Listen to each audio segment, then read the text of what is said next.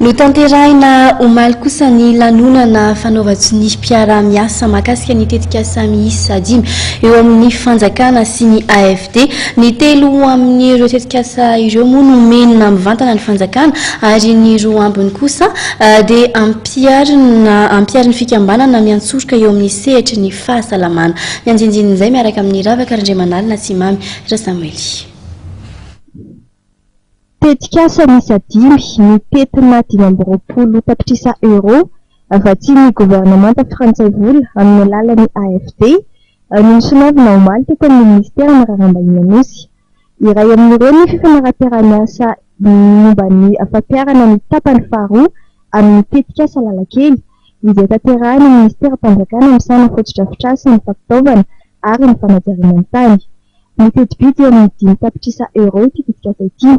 Ny tetikasa faharoa no sonaviny AFD sy ministera ny vola sy ny teti-bola mahakasika ny mobile banking kosa dia mitetina hatrany amin'ny 2 tapitrisa euro ny famatsim-bola azo taminy. Nosonavina omaly ihany koa ny fanaraha-piara-miasa teo amin'ny AFD sy ny ministera fanabazam-pirenena anompanao indrindra ny fanatsarana ny kalitao ny fanabeazana ary ny teti-bidy hatrany amin'ny 10 tapitrisa euro ny tetikasa.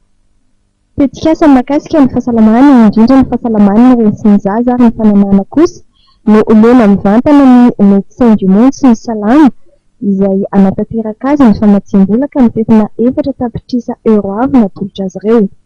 Namafizin-dramatoa Annick Girardin, sekretera mpanjakana frantsay misana fampandrosoana sy ny francophonie eo anivon'ny ministera mararambahiny raisam-pirenena izay manao voninahitra ny lanonana omaly fa nanantany Madagasikara teo amin'ny saitry ny fampandrosoana samihafa ny AFD eny foana dia mandritra ny vanim-potoana ny tetezamita azy.